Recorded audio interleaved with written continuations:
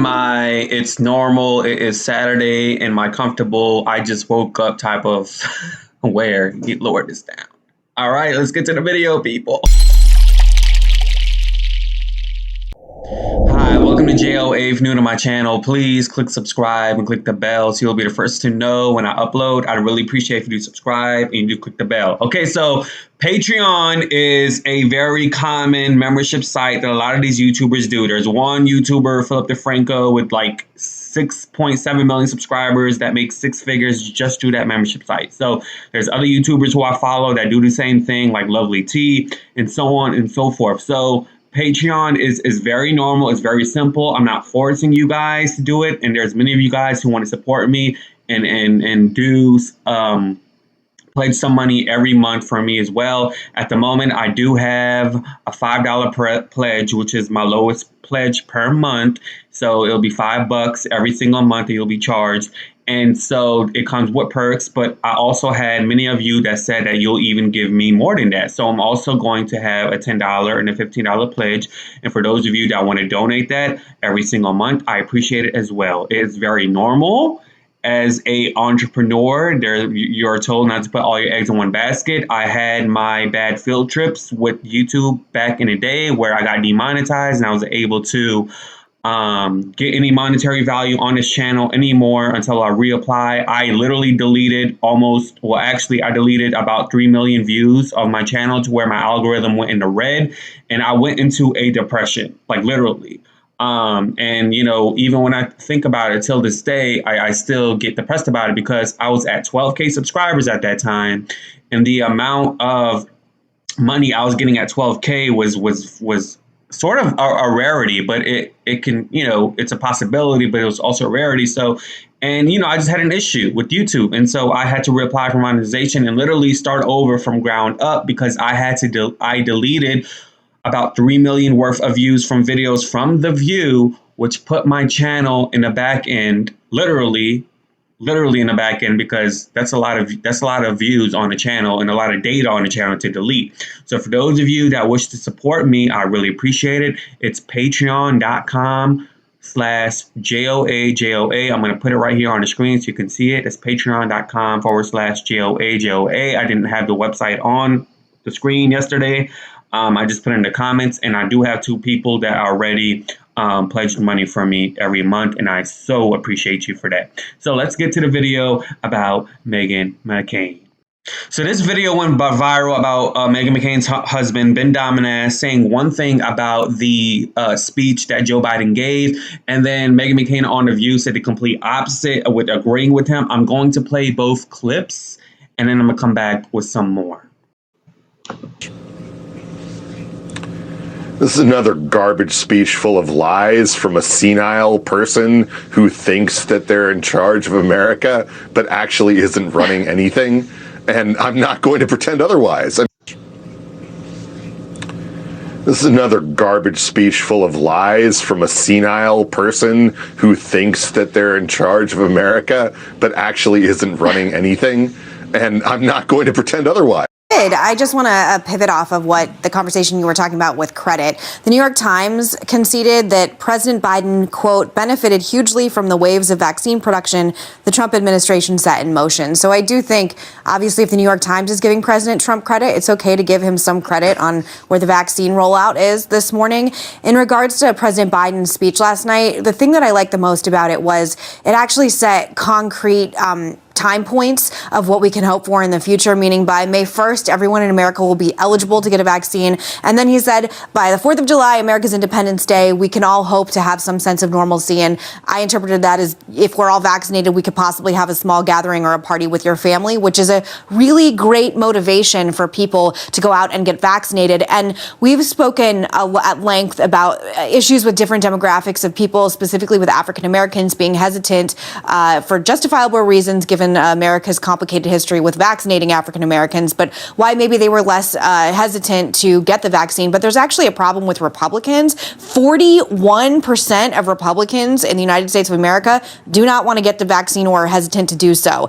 I blame the messaging coming out of the CDC. I've taken a lot of heat for attacking Fauci and the CDC, but I always thought the messaging, if you get a vaccine, nothing changes. You have to wear your mask forever. Lockdowns are inevitable, doom and gloom. I know my people. I knew it wasn't going to work. And I think the real problem going forward and the real challenge is to get conservatives and to get Republicans on board, given that, 41% is an absolutely daunting number.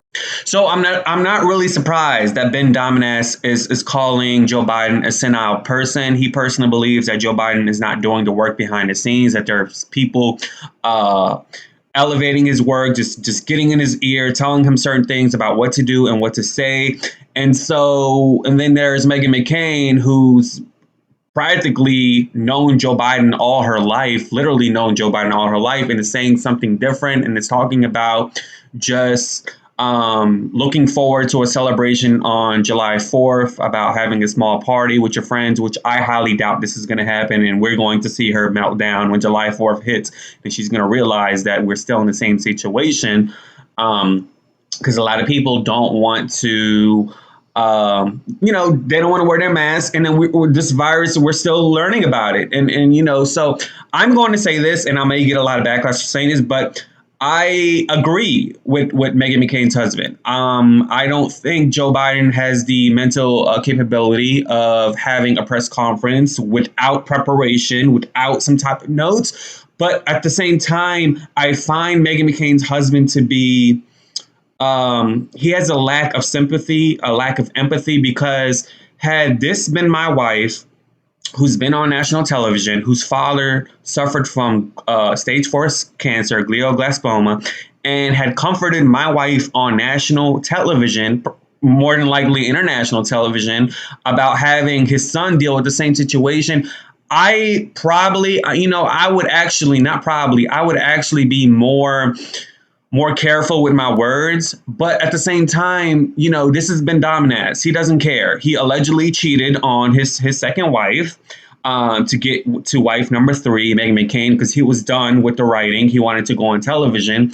And so that's how he married Meghan McCain. And I highly doubt, if John McCain had not suffered from the stage 4 cancer, I highly doubt that those two would have got married, because John McCain would probably not have it with the rhetoric that Meghan McCain husband always spews on Aaron Navarro, who is a best friend of the McCain family, and was a great friend of John McCain, who spews hatred towards the other party, who spews hatred towards other people in the celebrity sphere like Seth Meyers. So I highly doubt that somebody with John McCain's character, or at least his TV character, whatever you want to call it, I highly doubt that Meghan McCain would have been married to Ben Domenech had John McCain been alive. I think there would have been a change of subject and a change of things. Or Ben Domenech would have probably just waited until the man passed away. I think Ben Domenech, me personally, based on his history, I think that he saw an opportunity to marry Meghan McCain, and he saw an opportunity because he knew, and this is going to sound harsh, that her father was going to pass away, so he could take advantage of her and control her and use her career as a networking lane. But at the end of the day, karma does exist. And when it's all said and done, Ben Domenech, you're always going to be referred to as Meghan McCain's husband. I think he's trying to find his come up on Fox News, because this situation, had a lot of clicks on it. It didn't go viral, so to say, but it had a lot of clicks and it had a lot of talk about via Twitter. But at the same time, it doesn't matter how far you go with the clicks. Like, you're always going to be known as Meghan McCain's husband. You're never going to have a separate lane. You're also always going to be known as the plagiarist who worked for Washington Post and got fired and got caught for plagiarizing, then had to come out and apologize for your actions after allegedly denying that you plagiarized documents from other people. You're also going to be known as allegedly offering $30,000 for a post to lie about something that's going on allegedly in the Malaysian government. So you're always just going to be known as the plagiarist and Meghan McCain's husband. That's it. I don't care how far you get on Fox News. I don't care how long you're on television. There's always going to be that brand, because at the end of the day, your character, your brand does matter, and people's opinions of you does matter, because at the end of the day, it's about the people who truly care. You guys are the board of directors, not these executives and these networking people, because you guys are the reason why I am here, and why a lot of these people on television are having a job, because it's called ratings. So at the end of the day, you're going to be known as, and keep saying it, Ben Domenech, his real name, Ben Domenech, is what I call him. He's going to be known as the plagiarist and as Meghan McCain's husband. And that's it. You're not going to be known as something different. You're always going to be at the behind the scenes person. Meghan McCain is always going to be on the front end of the scenes, be more popular than you. And so you're just never going to transition from plagiarism blogger to successful television personality. That's just truth. I also want to add, I do remember Meghan McCain being on Stephen Colbert, and she even said specifically, and I have the clip to play for you guys, that she is going to have a tough time to even talk about Joe Biden. It's going to come to the point where she may have to quit television if she has to talk about him. And I'm going to play this clip for you guys so you guys can see exactly what I'm talking about. You had Joe Biden on a little while ago, whose son Beau had the same type of cancer that your father has, and you two had a wonderful exchange. Are you close with Vice President Biden? So Vice President Biden has known my parents for like 30-something years. They came up together in politics, and I ended up crying on national television, which I have a cold, dark heart, and I never cry, hardly ever. So it was a weird experience at the time, because it was right before Christmas, and my father was actually in the hospital, and people didn't know it at the time. And his son, it's very strange. Senator Ted Kennedy was a good friend of my father, had glioblastoma. Beau Biden had glioblastoma. And there's something about Joe Biden that if he ends up running for president, I am totally because I love him, and he's such a warm, wonderful man, and I can call him at any time when I'm feeling overwhelmed by cancer, and I can't express to you and to everyone in here what his support and his love of him and his family has meant to me at this moment, because cancer's scary, and having someone like him who's been through so much tragedy to empathize and actually give his time, especially because he's one of the most powerful people on the planet. He's a very kind and grounding figure. Yes. If you were to run in 2020, would you be a little Democrat curious? Would you?